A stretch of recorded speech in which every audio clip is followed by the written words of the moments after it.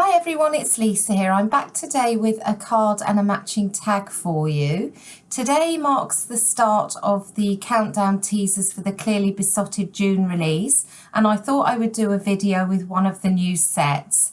So today I'm going to use the Happy Hibiscus set for my project, and I'm also going to be using a sentiment from the Scrumptious Thank You set, which has already been released. So I'm starting off by stamping the main image and the sentiment onto some Bristol smooth cardstock, and whilst I've got the MISTI out, I'm also going to stamp the small floral image from the set, as I'm going to be doing a little bit of masking. So for both images I'm using VersaFine ONYX black ink. This is a waterproof ink, and I'm going to be colouring with my zigs today, so I need to make sure that that ink doesn't bleed. Next, I'm going to place the stamp down onto my panel, and I'm going to first stamp that image, again using the VersaFine ONYX black ink, and then I'm going to take my mask and I'm going to fussy cut it and just pop it over the top whilst I stamp the leaves. So there is one little leaf as a separate image in the set, and I'm just going to add a few of those around that floral just to give the image a bit more height. And then I take a Copic multi-liner, this is a 0.3 nib, and I just draw the stem in just to finish the image off. Moving on to the colouring now, I've got 3 greens, a red, a pink and a yellow, and I'm going to be working in layers to complete the project. I won't talk you through the whole process. I am going to put some music on a bit later on, but I'll just start off by talking through how I'm doing the leaves. And I start by using my palest colour. This is a light green. I will have all supplies listed over on my blog, and I'm going to put the names of the markers in the top right of the frame so that you can see them if you want to make a note of them. So this is a very light marker, and I do find with the zigs they are generally very highly pigmented, and a little goes a long way, but for some reason the lighter colours, you definitely have to put more colour down on your project in order to move that around. I'm going to talk a little bit about the cardstock now. As I mentioned before, this is a Bristol smooth cardstock, but this is one from Winsor & Newton. It's an extra smooth surface. It's similar to the Strathmore Bristol smooth, but it's a brighter white, and so I prefer it for its colour. But I do actually find, although it blends well, it doesn't blend quite as easily as the Strathmore, and so you have to work a little bit harder to get the smooth blending that you're going to want on your project.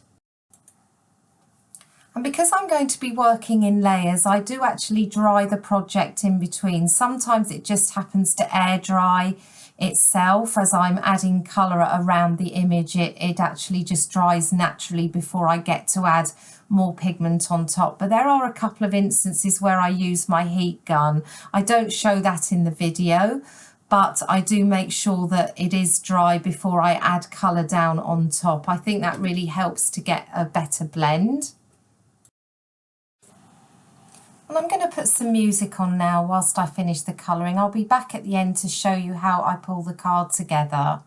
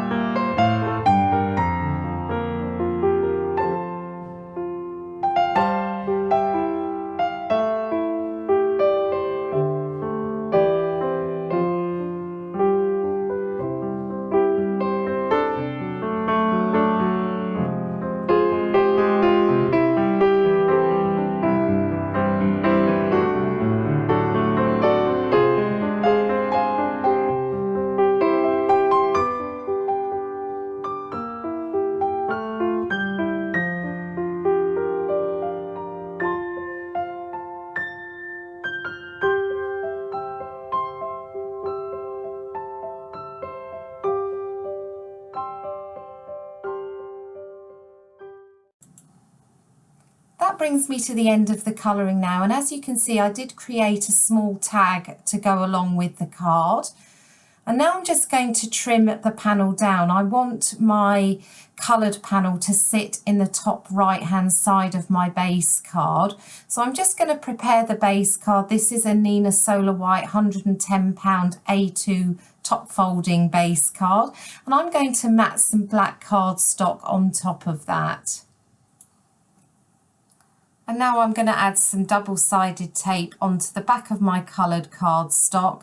And I'm just going to put that down on top of the base card. And excuse me, but my head does get in the way a little bit here. It's always difficult to get that lined up. So I really like the black border around the edge of this.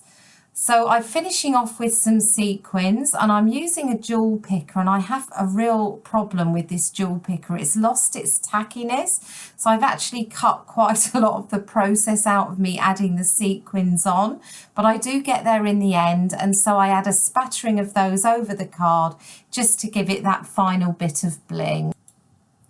And to finish off the tag, I add a bit of black and white twine. I think that that ties it in really well with the finished card.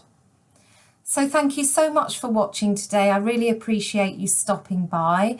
All supplies are listed over on my blog, and I will have a link to that in the description below.